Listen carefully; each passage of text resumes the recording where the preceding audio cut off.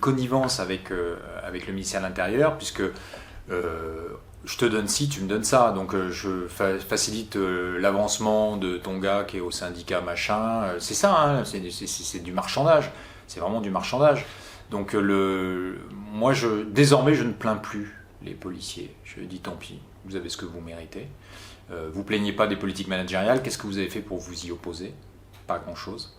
Vous avez mené plein de combats, alors du pognon, vous en avez à gogo, ça c'est vrai que le fric, enfin, je veux dire, c'est fou quoi, les niveaux d'équipement, la reconstitution des stocks de grenades lacrymogènes, de grenades de désencerclement, les LBD, tu en vois là, enfin, leur équipement, les motos de la Brave, là on en voit, mais je sais pas, il y a au moins 50 motos à chaque fois, c'est hallucinant. Quand tu vois 5500 policiers et gendarmes à Paris, hier pour le maintien de l'ordre, mais les hôpitaux ils rêvent d'avoir débauche de moyens comme ça.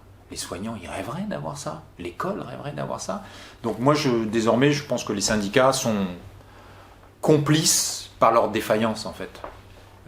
Ils n'ont pas mené les bons combats au sein de la police, et c'est pas pour rien que le syndicat Alliance fait la pluie et le beau temps dans ce truc-là. Je veux dire, on entend d'ailleurs quasiment que ce syndicat qui dit des choses horribles, les synergies officiers aussi, qui a mis un tweet là récemment, qui est un appel au viol, à la violence, enfin, c'est dégueulasse. C'est dégueulasse. Donc moi, il y a un moment, je suis désolé, je vais plus trouver des excuses aux uns et aux autres. Donc là, on est plutôt dans l'omerta, quoi. Oui, clairement. Alors moi, je dis clairement qu'il y a... De toute façon, il y a un sentiment d'impunité. On le voit en manif. On les filme, les gars. Ils n'en ont rien à fiche. Ils tabassent. Ils tabassent.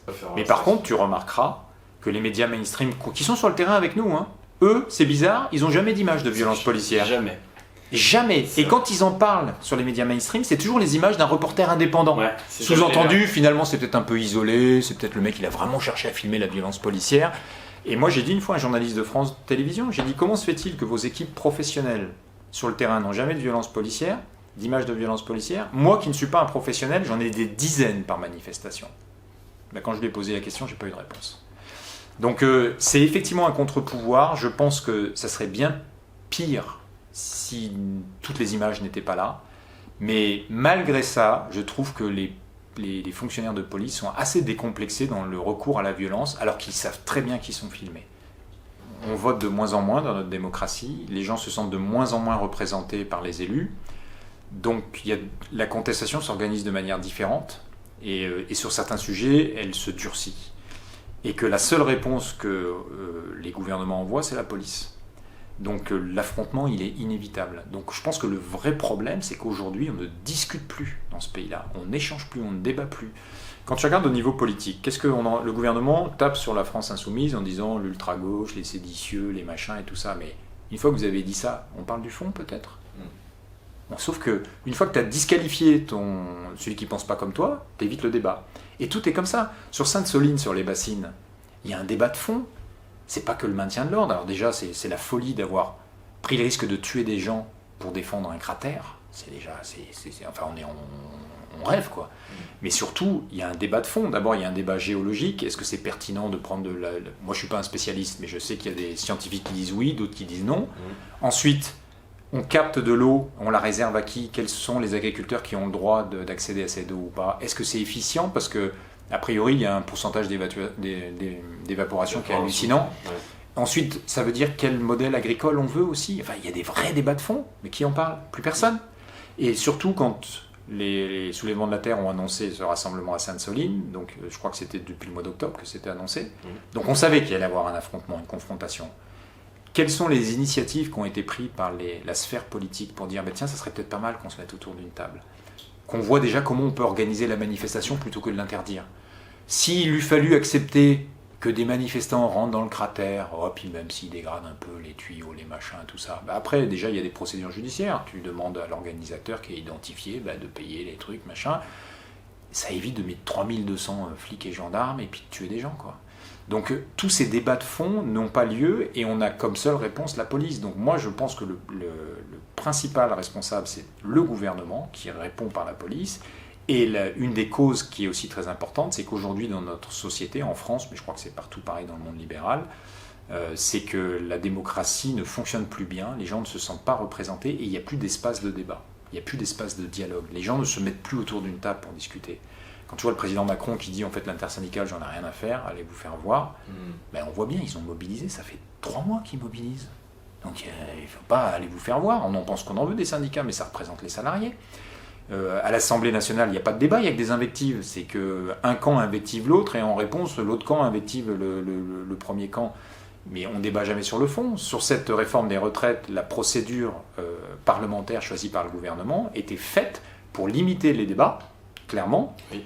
très clairement, et pour faire en sorte que ça passe au forceps. Et au Sénat, ils ont même utilisé un vote bloqué, c'est-à-dire qu'à un moment, ils ont dit on ne discute plus, c'est vous acceptez, vous n'acceptez pas.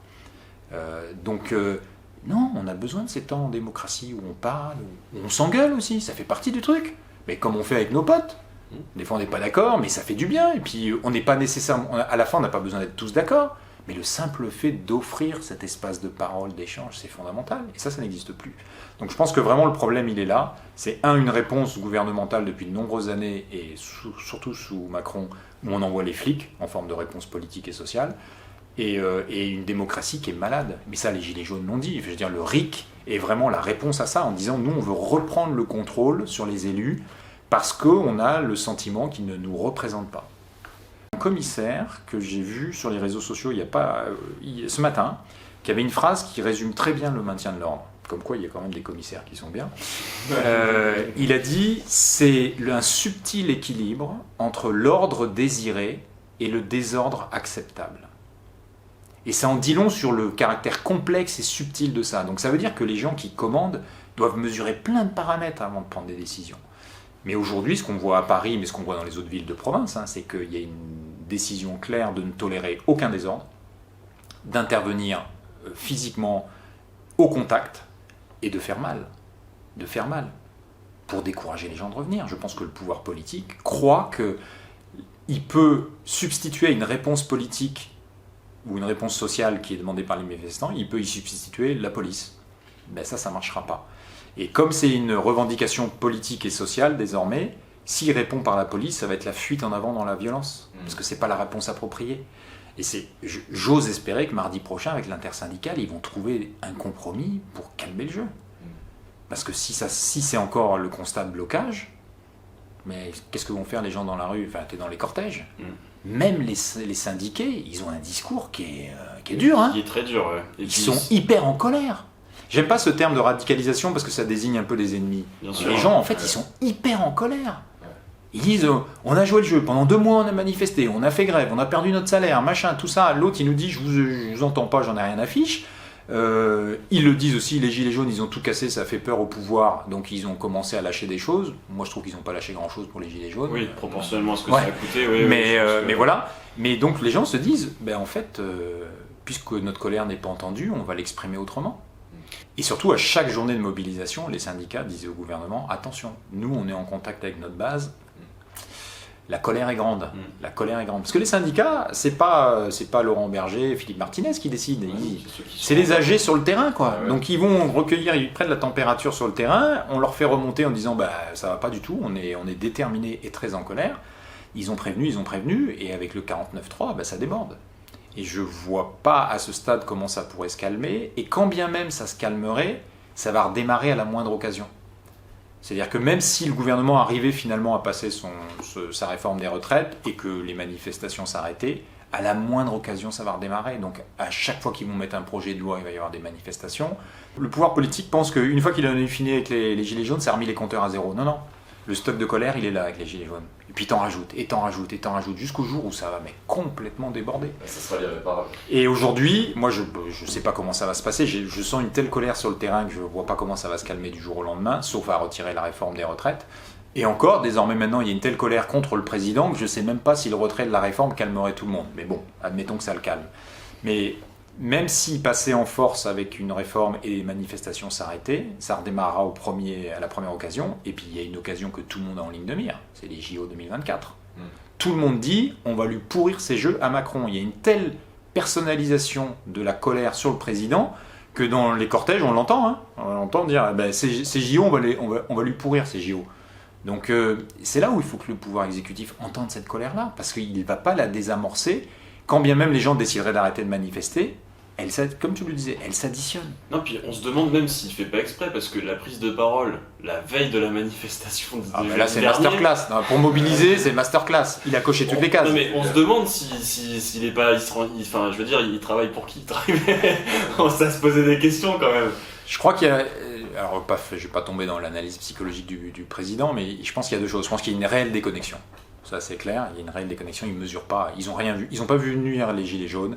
Ils n'ont pas vu venir ce mouvement de contestation d'ampleur. Ils ont pensé. Ils étaient sûrs qu'avec le 49.3, tout le monde rentrerait chez soi. Que c'était terminé. Fin du débat, terminé, c'est adopté, on va rentrer chez vous, ils le voient bien. Donc je pense qu'il y a une vraie déconnexion. Il y a une incapacité à sentir le pays. Ça, c'est une réalité. Et je pense qu'il y a aussi une forme de jouissance à provoquer, à déplaire, à sortir ces petites phrases. Il a quand même dit des choses assez incroyables pendant cette interview, la veille d'une mobilisation, où il a dit que les syndicats n'avaient proposé aucun compromis, ils n'arrêtent pas de tendre la main. Ils n'arrêtent pas de tendre la main, en particulier la CFDT. Il a dit une chose que peu de médias ont relevée, mais moi qui m'a beaucoup choqué, il m'a dit « Dans notre République, on passe trop par la loi. » Ça veut dire que tu veux légiférer sans plus passer par le Parlement ? Qu'est-ce que ça veut dire, ça? On fait trop de lois? Sûrement qu'on en fait trop, mais enfin, il y a des sujets, c'est écrit dans la Constitution, ça relève de la loi et que de la loi. Donc je me suis dit, c'est quoi? C'est une dérive autoritaire, il veut contourner les institutions, il veut une loi d'habilitation pour gouverner par ordonnance comme il l'a fait pendant le Covid. Mais en fait, surtout, ce qu'il ne supporte pas, c'est qu'il voit qu'il n'a plus la majorité à l'Assemblée, donc il ne supporte pas la contradiction. Donc il se dit, je vais contourner. Donc j'ai contourné la colère des Gilets jaunes, j'ai contourné le Parlement, et puis j'espère contourner le mouvement social. Je pense d'abord qu'il a énervé tout le monde ce jour-là, quand il a pris la parole. Il a clairement énervé tout le monde. Et puis, je ne suis pas sûr qu'il arrivera à contourner cette colère.